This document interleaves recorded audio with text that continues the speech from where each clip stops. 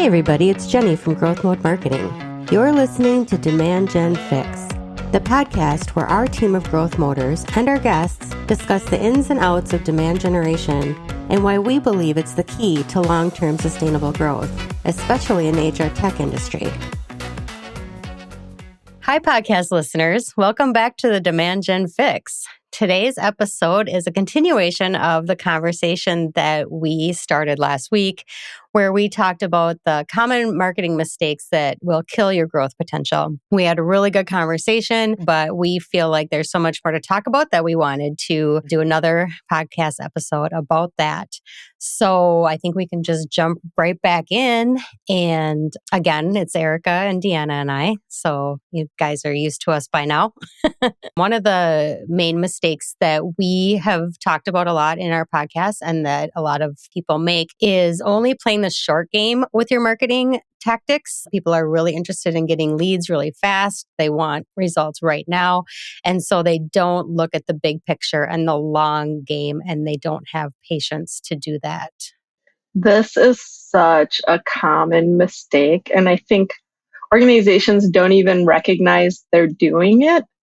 It stems from the fact, like, when you're trying to meet revenue numbers, if you're not there, I think it's very natural for the sales team, the executive team, all of the people that are trying to drive that revenue to turn to marketing and be like, help, we need leads. We need them now. What can we do to drive some more activity? That is a natural reaction. As a marketer, I've been on the side of the marketing portion of it many times, and I've certainly caved into it before, because you feel the pain. As a marketer, you should be concerned about revenue as well, and it's certainly your job to support the success of the sales team and the organization. But it's a mistake, because if you're only playing the short game and you're not looking at the long-term game, what I have seen happen over and over with our clients here at GrowthMode Marketing, and even in my own experiences as a marketer, is that you never get ahead. And what I mean by that is you're spending all this time trying to find leads now, next quarter, 2 quarters down the road, 3 quarters down the road. Like, you never get ahead of it. And it's a vicious cycle where you're just chasing your tail over and over, and it feels like a merry-go-round you just can't get off. And I think partly that happens not only because the pressures of the current business situation, where you're behind on revenue or you're behind on the growth goals that were set for the organization, but you're also not setting up the long-term programs, which is demand generation, because they don't produce immediate results. And it's really, really hard. I know from experience, I know from talking to a lot of marketers and business leaders and sales leaders, when you need revenue now, you feel like you can't afford to worry about 6 months down the road, 9 months down the road, 12 months down the road. Really sucks though, when 6 months down the road, 9 months down the road, 12 months down the road, you're still worrying about it if you still have your job. And I say that because that's unfortunately the reality for marketing teams and leaders, is if you're down on revenue and it continues on and you're not solving the problem, it puts your own job at risk. Back to your point about you're really chasing your tail. I think the more you focus on this short game and the more that all of your efforts are focused on that immediate result, you're constantly going to spin your wheels. You're not going to be able to move any of this kind of long-term pipeline build forward. And you're going to continue to struggle to build future marketing programs that are going to set you up for success in the future, long-term. In turn, that's just going to continue to cause issues with the types of content that you're creating. You're really focusing on bottom of the funnel type of content and focusing on things that might be really focused on your products or your services, and you're not following or making a plan and strategy around that content and how these types of things are going to contribute to your digital footprint. And you're going to start to build out this brand recognition and awareness within your key target audiences. But instead, you're going to continue, again, to just spin your wheels. And without moving that forward, I think the point here really, like you said, Deanna, is you're going to continue to be in the same position for years. I mean, there's no way out of that constant circle without starting to look at the longer term needs and to start to work on a strategy that's going to bring you success long term, and building an engine that's intended to be a long term game and be, that longer term solution for growth. And to your point, Erica, about the content that just relates to products and services, you have to start thinking about putting some effort and time into doing more thought leadership type things, more top of the funnel type content, so that you're not just hitting that, try to get leads right now thing. And people are out there reading your content so that when they are interested 6 months down the road, your name might pop up. Just to kind of reiterate, we've talked about this certainly in past episodes, but the majority of your audience that you're going after is not actually in market to buy. And that is when we talk about playing the long game. If you're only playing the short game, you're really trying to find what is typically 5% of your total addressable market or your ideal customer profile that are actually looking to buy today. So you're kind of looking for that needle in the haystack. And this year, the economy is not as healthy as it has been in the past. A lot of technology companies are pulling back on spend, cutting down on staff. They're not spending as much as they have in the past, which means even less than 5% of them now are actually in market to buy. They're putting off buying decisions. They're holding on to money and cash. That makes that needle in the haystack even smaller to chase after. And the fact that the way people buy has changed. I mean, we talk about it all the time. I don't think that marketing in general has caught up with the way that people want to buy. From a technology company standpoint, from an HR technology standpoint, we've gotten so used to lead generation and really going out there and chasing leads. I mean, we've got the whole SDR model, we've got lead scoring models, we've got sales processes that take multiple steps. All of that needs to evolve, because if we're only focusing on trying to find the people that are ready to buy now, sometimes the problem is there's not enough demand in the market. And if you're not focusing on demand creation and you're only focusing on demand capture, you're falling short. That's part of the problem. You didn't do anything to really create that demand in the market, and it wasn't naturally there. You're going to have a hard time hitting your revenue numbers. It's a good point about the economy right now, because, that just kind of really nails down this whole point. There's going to be a lot less people that are ready to buy now. You need to be ready for them in the future when they are ready, when the economy ticks back up, when things get better. You need to take this opportunity right now to actually plan for that future growth. Right. Well, and as you think about it, companies that are pulling back on their marketing spend right now, if you're an organization that makes the decision to not pull back and to really focus on demand creation in the market, imagine how much better you're going to come out of this when people are ready to buy again more freely than those that pulled back on spend. Because guess what? 80% up to 80% of the buyer decision process is complete before they're even willing to talk to a sales rep these days.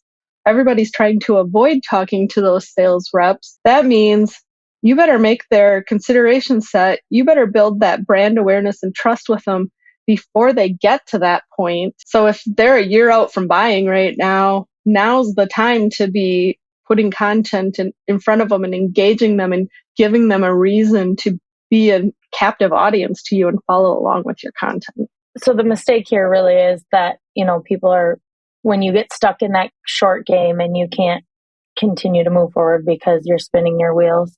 So I guess what we're trying to say here is ultimately that the long game is really what matters, and the future customers are really critical to your company's future growth and success. And the success of your marketing programs is really going to depend on how you can build out these longer term demand gen engines. So speaking about lead generation, as we, often do, whether or not it's dead or you should still use it. Another common mistake we see is you're getting leads, you think you're getting leads. Maybe you find somebody has clicked on content that you have out on the internet, or a social media post. They're looking at your blog. They're reading something that you put out there, high level. And immediately you say, oh, great, we have a lead. And you send them right over to sales. From all the things that we've talked about, we kind of all know what's going to happen there. Yeah, pushing low quality leads to your SDRs or sales team is a very costly activity for organizations. And I don't think they always look at it that way. But think about how much time and resources your sales team has and how expensive your sales team is. If they're constantly chasing after leads that aren't actually leads, that is time that could better be spent on working on the opportunities that really do have a real chance. I think one of the flaws and why this mistake happens, that low quality leads get passed, is because in many organizations, marketing teams are still measured on the volume of leads that they pass over. That means considering anyone that engages with your content, they're a lead. That doesn't work because it assumes that everyone that engages with your content is in market to buy. That is far from the truth. We talk to clients and prospects all the time who will be like, I had 1,500 people read my content piece. I put a form in front of it. They filled out the gate. Well, if you can get that kind of response on your gated content, that's awesome. I would take a step back and say, how many people did you turn away because you put the gate on there? You should have gotten rid of the gate in the first place. But the real issue becomes we had 1,500 people submit their contact information and no one converted to an actual client or became an opportunity. Well, how much time did your sales team spend vetting those leads, cold calling them, sending emails, researching them, trying to make the magic happen, only to have wasted results? That's a good question to ask yourself, Deanna. And I think there's one instance, I think, where we see this a lot and where I've seen this in my past as well, where sometimes within an organization where sales is allowed to sort of drive some of what marketing is doing or give the direction, this becomes a huge issue as well, because sales might say, yes, we want all of those contacts. If someone fills out a form, if somebody's doing X, Y, and Z, we want them. So this is also, and not to get into go in a whole different direction here, but a lot of this comes down to marketing and sales alignment as well, and where that becomes an issue because sales might want some of those contacts up front, but like you said, they're wasting time and resource chasing. Or if marketing is being measured on the quantity and not the quality, that is a whole nother issue where all of these leads that's pushed to sales is what they're ultimately looking at. That becomes an issue as well. And so I think as marketers, we really need to step back and be able to educate the rest of the organization and the teams on the importance of, you can't treat every quote unquote lead the same. If you're not differentiating these leads between someone who's maybe low intent, or, maybe you're saying this is the top of funnel, we see this person engaging, we can see the activity that they're doing, the engagement, the steps that they're taking, but they're low intent. They have not done anything that is telling me they're in market to buy.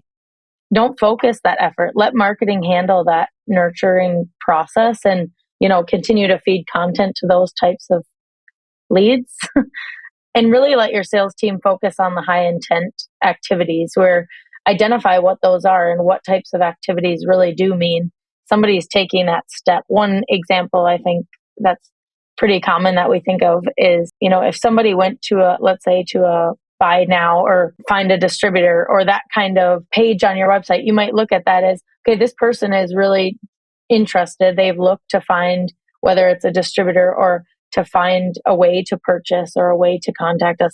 Those are types of things where you could say maybe that's higher intent. But otherwise, we can't be treating all of the leads the same. And I think it's up to us as marketers to really be able to educate the team and help align sales and marketing and really defining what that means. In the case where you've got sales coming to you and saying, I don't care how qualified this lead is, I just want people to talk to, It's about taking a step back again and looking at how they're actually measured. And I know a lot of organizations, they have activity metrics that they're expected to hit. They're expected to make so many calls a day, so many LinkedIn in-mails per day, so many emails sent out to show, okay, I'm doing everything I can to close these leads. And I think that is another issue that feeds into low intent leads being passed to sales, because they're trying to demonstrate and they're probably getting pressure to deliver on those activity metrics. But all of that activity is kind of wasted effort, quite frankly. And wouldn't you rather have really good leads come into your sales team and they're maybe making less calls and sending less direct in mails, but they're actually closing business? Yeah, the point there, I think, is that not only is there have to be marketing and sales alignment, but you have to get the whole company on board. You have to get everybody's boss to realize that that things need to change and that we can't just be ticking off numbers of people that got talked to when nobody's making a sale. And if leads are getting passed to sales, a challenge with the low leads getting passed to sales, the sales cycle is really slow. Those leads fall out. They never close and turn into business. Most sales teams, I feel like, forget, even if marketing created a recycling program to throw them back into a nurture track, to send those leads back to marketing. And so now you're not recycling leads back into your nurture program. You're not marketing to those people anymore. They just kind of fall off the face of the earth, right? And that's a miss as well, because you don't have the ability to try to get that person or that company to a spot where they're actually in market and ready to buy anymore. The moral to this story, or this mistake, is that low intent leads need to be nurtured. Don't just waste sales' time by sending them low quality leads, and make sure that only high intent leads are sent over. Another mistake that we see commonly happening is when we're measuring the wrong things, or when we're doing, as marketers, you're avoiding some sort of marketing tactic or type of program that, maybe it's something that's just plain and simple. It's hard to measure, or it's hard to kind of prove the success. So is that something, what kind of examples do you guys think of when we think of where we're just measuring the wrong things, or where we're avoiding things because we feel like it's too hard to measure? The measurement one it's a tough thing. As a marketer, I have been in the spot where the CEO, the board of directors, the investors expect us as marketers to demonstrate the ROI of the investments we're making on behalf of the company to help grow revenue. I get that. It's important. I think data helps you make better informed decisions to help with that growth trajectory. But what can end up happening is we start avoiding tactics that are harder to measure. And I'll use podcasts. Great example of, it's really hard to measure a podcast and what influence it has on the sales process, because you don't have the ability to see exactly who downloaded your podcast, who listened to it, where they went and had conversations with other people after it, where they might have referred someone else to the podcast. Like, you just can't measure it easily the way you can measure, I sent an email, they clicked on my link, they went to my website, I know all of the activities they're doing digitally online. That doesn't mean you should actually skip that tactic, because, we can tell you, because we've seen it in real life. Sometimes those things you can't measure, like a podcast, actually become the biggest driver of building demand for your products and services and brand awareness and trust in your company, which ultimately translates to more dollars, more people raising their hand and saying, I'm ready to talk to a salesperson. I like what you guys have to say. It really speaks to me. And I think your solution can solve the challenges that I'm dealing with right now. It really goes back to the what we talked about before about the long game, right? If you're playing the long game, those are exactly the kinds of things that really can't be measured right now, right? I mean, and really probably never, but it's not that you shouldn't do it, because you need to build that awareness. You need to look at those future customers, and you shouldn't be gating that content just to track it, just to get numbers, because you're going to turn people away. The ultimate measurement is revenue, right? Is your company revenue growing? Are you staying steady? Are you losing revenue? That's ultimately what matters. More than email clicks, more than podcast downloads, more than those kind of vanity metrics per se. And I have been in the position where I've measured the hell out of everything and been able to say, here's what we measured, here's how it's performing, here's how it's trending upward. But it misses so much of the story, because a buyer journey in the B2B space, if you're buying an HR technology or anything of substantial cost, it's not likely that you clicked on a digital ad. First time you ever heard of the company, you didn't have a problem, or you just thought of the problem and you're ready to buy today. It doesn't work that way. It's usually this long and twisty journey on the buyer side where they may take several actions and research and take a year to get there, or 6 months, or, who knows how long, sometimes 3 years to get to that point where they're ready to buy. But what is their exposure to your brand during that time? Like, maybe they were listening to your podcast episodes. They were also looking at your blog. They were also talking to people who are colleagues at different companies that use your solutions. They were going to trade shows. They saw some digital ads. There's all these different things that are probably touch points during that journey. The marketing industry, the marketing technology industry, has tried to evolve to be able to measure things to the point where I think it's almost a disadvantage, because there are softwares out there that have attribution models to be able to say, well, this is what's driving results. But here's the problem. If they did all these things in the journey to get to the point where they raise their hand and they're ready to buy, but all you really have visibility to is they clicked on your Google ad, said, I'm ready to have a conversation.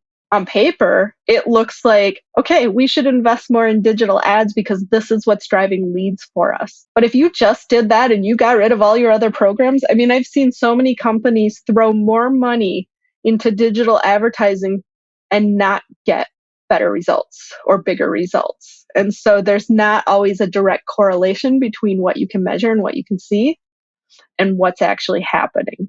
I would agree, Deanna. And I think the way you're kind of explaining this just really solidifies the need for sort of that omni-channel approach, where you have to understand that all of these efforts are adding up to ultimately you want to get that person to raise their hand and come to you when they're ready to buy.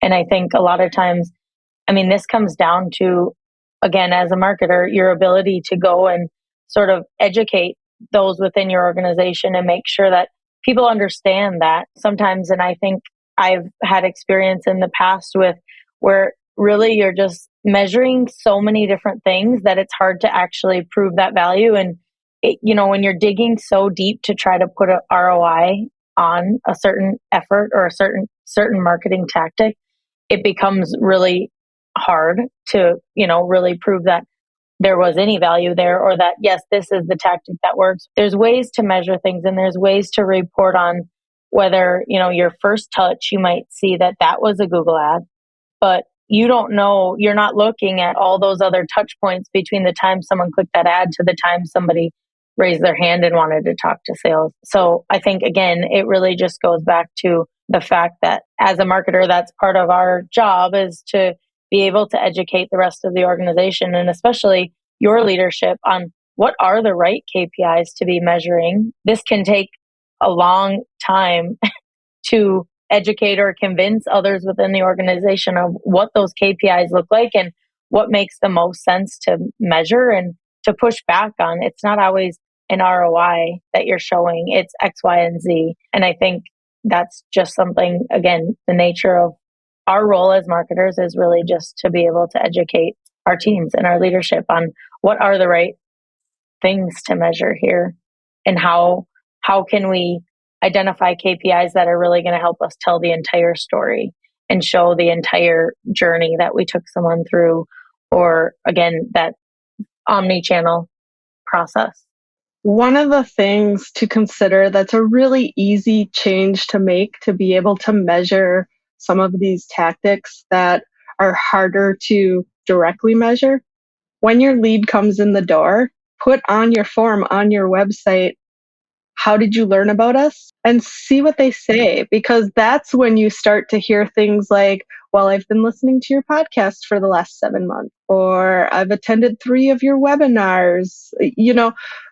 I've followed people on LinkedIn who have been talking about you, or your employees who have been talking about topics that really mean something to me. It gives you more insight. It's not as immediate, but it helps you start to see where the things that you can't as easily measure actually are providing value and building that brand trust and affinity in the market for you, so that you can go back to your CEO, your board of directors, your investors, and tell that story of, here's the value of the programs that we're doing today that are bringing, and here's why it's a long-term strategy, but it's a really important strategy to our growth story. That's a really good idea to put that on your form, or just even ask when you finally do meet. I have sales, I ask whoever, but to get that information is a really good measurement, even if it's not a number or a click or a lead. Right. And then it's so easy to add a field to your form. And I just saw somebody that made a recommendation to put in the question of, how did you learn about us? Be as detailed as you want.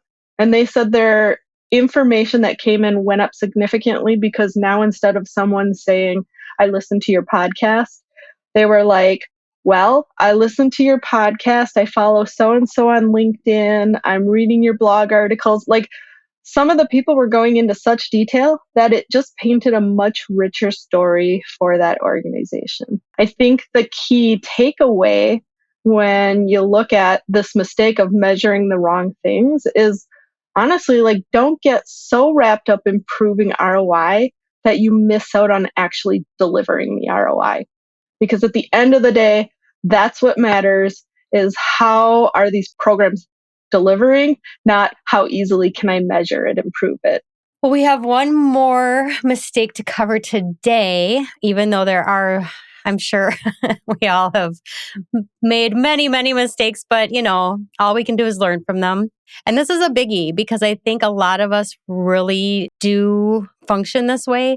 And that's letting the pursuit of perfection limit your actual progress.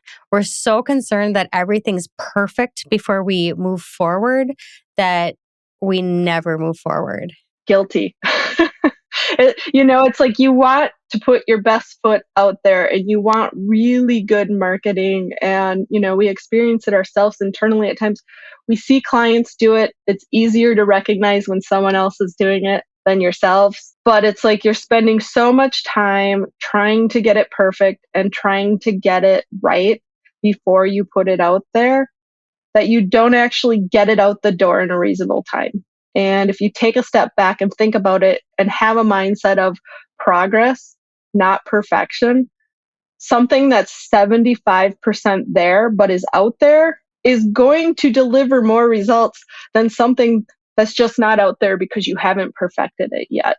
And so it's really a mindset of, how do we get to a minimal viable product from a marketing program and get it out there? And then let's start to refine it and make it better as we go. That's a great point, Deanna. I think that we all need to give ourselves a little grace. We all need to know that we're not going to be perfect. There's going to be things and mistakes that come up in the things that we put out there. And all you can do is fix them and refine and learn from what's out there and just kind of go from there. Eventually, maybe it'll be perfect, but probably never will. So just make sure you're out there and not just waiting in the background, because then you're never going to get known or never going to get seen. Right. And maybe there's not much more to say on this specific mistake, because it's pretty straightforward, but it's one, that we've made for ourselves, that we've seen clients make, that I think was worth calling out, because it happens in every marketing department. We all want to put really, really, really good stuff out there. And that's what we should be striving for. But I just see like things get delayed so much. We see it so much with our clients, bless their hearts. Like they want to rethink and rethink and rethink. And it's kind of like the copywriter's issue where your copy is never good enough, right? Like you keep refining it and you keep editing yourself. At some point, you just got to put it out there and see how people react to it. And if they're not reacting the way you want, then you continue to evolve it, you continue to enhance it, but at least you have something out there, right? And I once heard, and take this with a grain of salt, because as a marketing agency, at GrowthMode Marketing, we would never say put out mediocre content. But someone once told me that putting out average content consistently will drive more results than putting out exceptional content rarely. And stop and think about that. If you take that approach with your marketing, don't put mediocre stuff out there, indeed. But again, if you can get it to 75% where you want it to be, and then continue to enhance it and evolve it, you're going to make progress. And that's really what matters, because perfection takes forever to get there. And it really limits how fast you can grow if that's what you have to focus on. I would even argue there, Deanna, that, if you think you're going to perfect something before you launch it or put it out there to the world, I would argue that actually probably isn't going to be the case. You need to put things out there and test the message and test the approach or test the tactics that you're using to actually effectively perfect that approach or perfect that campaign or whatever it is you're working on. I think that's something too that I find myself reminding clients of this, or even reminding myself that, you can't perfect those types of things up front. You can work on that and have 10 people internally working on the same piece of content or the same program or campaign or whatever it is. And you can feel like, we're going to get this perfect and it's going to drive this much and yada, yada. Well, it's probably not going to be the case. And regardless, you're going to have to go back and make changes. And that's how this works. That's how marketing works. And I think just kind of going back to that first point, as far as when you're stuck playing the short game, when you are truly following a strategy and you are working towards that longer game and working more towards building a demand gen engine, this is part of making demand gen successful, is putting things out there, testing, refining, and repeating those things. I think that's just another thing to mention as far as feeling like things need to be perfect before you can launch. Let's be honest with ourselves. Perfection is subjective. I'll throw this at you, Jenny, as a designer. What one person will look at and be like, this design is amazing, another person's going to rip apart, right? And sometimes it's like changing the color of this button is not going to drive more sales. So are we really going to get wrapped around the axle, or are we going to make progress here?